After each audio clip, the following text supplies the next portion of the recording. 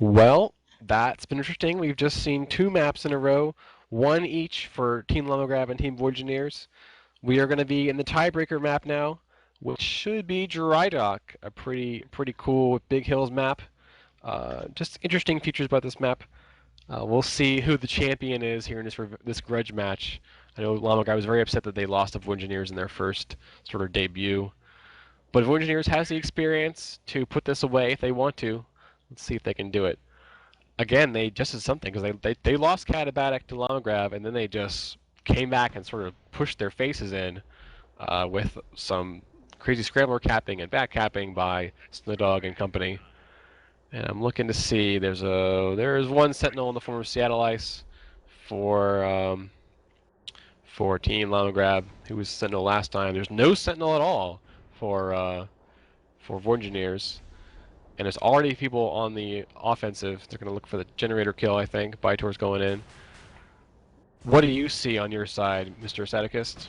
I see a giant in-queue screen because unfortunately I crashed on the Oh no, the map. Sarkax has gotten away with the flag, running that really fast back cap over the top. And now the pressure is on for Voyageneers to keep it moving. They've already got Rip going through the midfield with that scrambler whiteout jump. And so this could be the first standoff of the game unless Sharkax runs into trouble. There's a bunch of blue players trying to kill him. He's by himself near his spawn tower. What's going to happen to him? I'm trying to see what happens to their flag too. Rip is going to be in a little bit of trouble at his own base, but I think the Sharkax is going to be running for his life from all these blue players who are all over his base. That is the this cluster style if you own the enemy's flag stand yourself. Let's see. Thomas Sar gets the flag, but there's still some pressure after him. And on the other side, it looks like it's stabilized pretty easily into the hands of Lampus, who has changed from sniping to Ranger.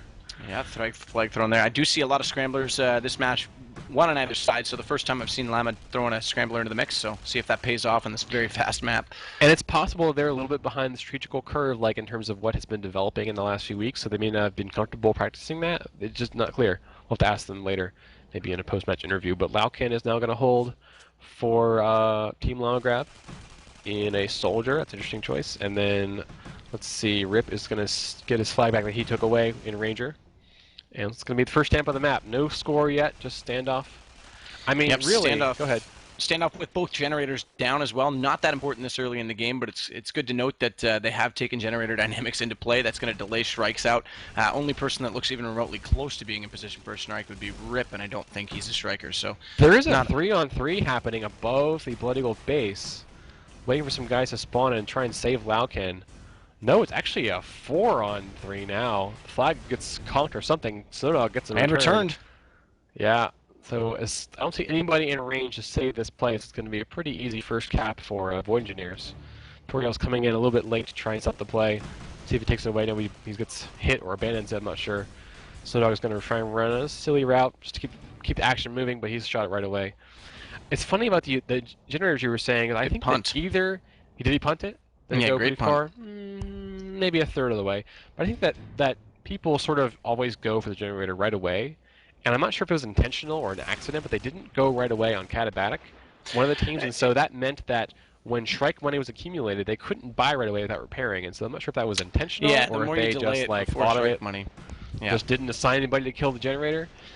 Both gens are down right away this time, so that when Shrike money comes up, it's going to be generators up right away. Rip is going to go through the middle. Nope, killed right away. Suicided himself. Bytor does get on, but instant splash damage coming in from 3 waves on him. He's going to drop right away. Quick return. And I'm a little confused. Void seems to be going, when they've got one man on the flag, their distraction seems to be, let's just get it off the stand.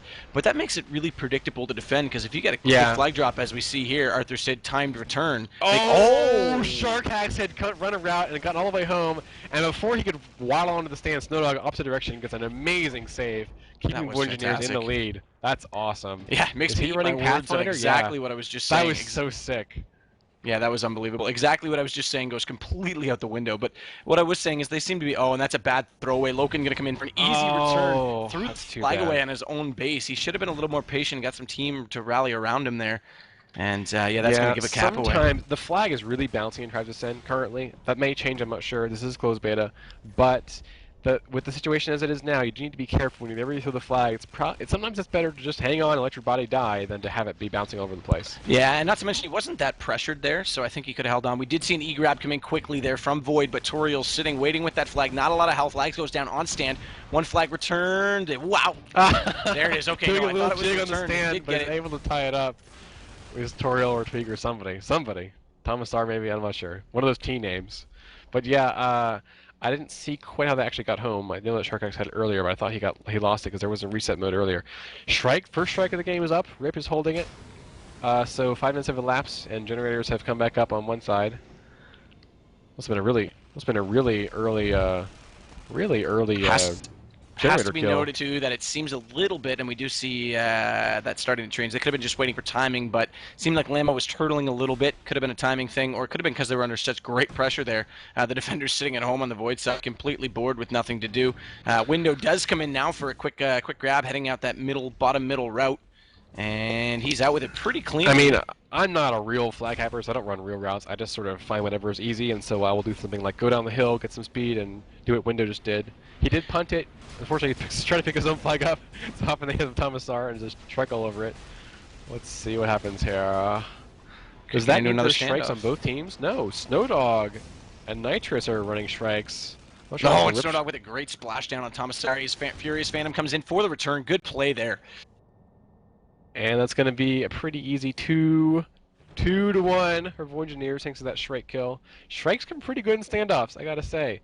I'm not sure if a lot of teams have been favoring Shrikes on Drydock, but these two teams are both going for it. Another kill has happened on the Blood Eagle generator, so not going to be any more Shrikes for them for a while, unless they let a guy run off to repair it, which doesn't usually happen. That's a waste of a guy usually. Let's see, no Pathfinders. No Pathfinders for Void Engineers. I know Snowdog got that amazing save with the Pathfinder. There is one. Snowdog is Pathfinder still, actually. Oh, I'm sorry. I missed that. I thought I was mistaken about that. That's so there's no Pathfinders for Llama Grab right now. And they were running SharkX only in Pathfinder earlier on in this series. But he's going to be running Ranger down the hill, doing that crazy back cap. Nobody there to stop him. All the guys have been disrupted. He gets one hit, he's off to the races. I think actually Thumper jumped there for that hit. I thought maybe somebody shot him, I'm sorry. But a counter grab by Rip is going opposite direction. They're going to pass by each other, do a little wave as they take the flag their way. And Nitrous is there trying to kill SharkX. Not really anybody there to save him. Ta Wars. Oh, they've changed players. I think that Ta Wars not playing earlier. I think that they've actually. Yeah, could have I don't know what happened there. It looks like they lost the flag somehow. How did SharkX lose it? Yeah, I didn't quite see that, but it is 3-1 now with 17 minutes to go, so a pretty early lead again for Void. So the trend seems to continue of the teams that are better on the smaller maps seem to take them pretty quickly. Well, it's also they could have been not warmed up. I mean, they are the more experienced team, and they have had some time to get their bearings and lose a map and then come back to win. SharkX, I think, may have suicided trying to shoot that strike, and then maybe it was a mid-air return or something. There was also a bug. You can lose. Yeah, Laukin is going to strike cap, and he's moving really fast to the middle to try and make it a one-point game. His flag is hitting pretty for now. But yeah, you can lose the flag due to some bug where it falls to the world or something. That will be fixed. Hopefully in the next patch we'll see. Snowdog, was that a mid-air pass to Snowdog? Oh, the flag carriers body block each other by accident. Whoops. I thought that actually maybe... I didn't realize that Snowdog picked it up. I thought somebody else did. Okay, that's what happened. He was the first carrier to pick it up. And they lost the flag they were holding, so it's going to be a 3-point game in a second here. There we go. That's really sad for Llama Grab. They were really pumped to make this, their revenge match. And now Rip is going with the chain grab through the middle. They've got to really hurry over there and stop him, otherwise it's going to be over. No, Toriel's gotten the counter grab. I'm sorry. And Toriel being chased by Bytor. Bytor, the only one on him, not a lot of health. If his teammate wants to come in and chain him down, he could, but it doesn't seem like there's much teamwork there on the defensive side. Flag does come in for a return. Bytor instantly going to turn and get that E-grab. He goes down right away. War on it as well. Can he grab it? Yes, he can. He does get out with it. Toriel thought he was going for a cap there. He's got 1 HP Nitrous. Good play coming into it. He's going to get this return. Yes. Oh, not enough flags scored. Poor Llama Grab. They were right there to make that play, and unfortunately they just left their carrier alone for a split second, turn their backs, and that happens. I mean, it's just sad. Like, they were all ready to make that cap, and then just one mistake can cost you.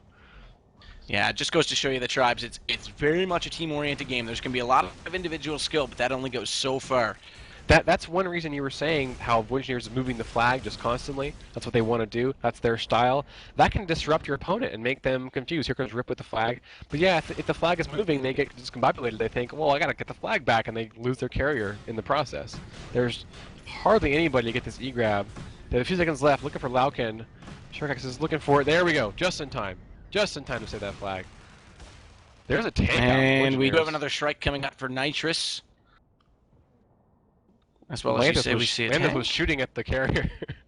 Defensive tank is pretty easy to kill, I think, my team just decided. So they're not going to do that whole lot of that. But yeah, so it just said Nitrous is trying to kill Sharkax all by himself on the hill. Nitrous is by himself. Yeah, he grabbed that strike again. We're not seeing a lot of support. Sharkax, if he knows while the we were not looking at that, we apparently got a safe return. So this could be it. This could be a 2-point game. They have plenty of time left. 15 minutes is enough to turn a 2-point game around. Let's see if Llama can get it together. I'm waiting to see what they do next. It's kind of in reset mode. Rip is looking to sort of chill, wait for his disruption. There's an offensive strike. Nitrous is being really brave with that strike. Yeah, there's actually 2 strikes in the air right now. So for the second game in a row, we've seen 2 strikes. There's actually a tank as well. So Void on an 8v8 has 3 vehicles out right now. So God, they have the defensive tank. They have 2 strikes. One of those is probably going to be for a cap. Snowdog is in the strike. He's one of their dedicated cappers. He might jump out with a lot of speed here. Let's see what happens. Jumps out. There we go. Off to the races. Is interesting. Cap it out. Just end the game right now. Very interesting that he went for the bottom grab. Sharkax coming in for the E grab, unable to get it. This could be it. Touring company. All alone. This is going to be it. Tank was on the flag for the block, so hard to get that one. Snowdog brings it in. Too bad. They had a few seconds left once Snowdog got the flag to make a play. Was not going to happen with that tank there. And Void Engineers has kept their mantle as we can beat Llama Grab. We're that good. Llama Grab have to regroup, go at the drawing board, and come back next time. Yeah, absolutely. And we just look at the final scoreboard here. It seems like Rip did a lot of work there, coming in with that 12,000 points. Lanthus on that Sentinel once again up near the top. Arthur, Sid, and Sharkax being the top players on the Blood Eagle being at Llama side. So pretty close to all the way down the board. In Tribes, like in a short game like that, 10 minutes, 12,000 points is nothing. Like they ended the game so fast, they didn't have time to make a lot of money. Oh, absolutely. No, absolutely. And it's very close and evenly spread, which that also has to do with, but it just goes to show you that teamwork, again, pretty important. Yes. And the fact that Llama Grab won the first map is another indicator that the score is misleading. I mean, if your team makes plays over and over again, you win, but the score doesn't tell the whole story. There's 6 plays, there's small breaks. Returns. Yeah. Small breaks can change the game score a lot. And it can be closely fought, and you could lose 5-0. I mean. Yep. Yep, and that happens all the time, actually. Scores are generally kind of blowouts in Tribes unless the teams are super evenly matched. So thank you very much for watching, everyone. That was very cool to see. We should. Let's see if we can try and get an interview in here. Craig, are you unmuted now? I am now.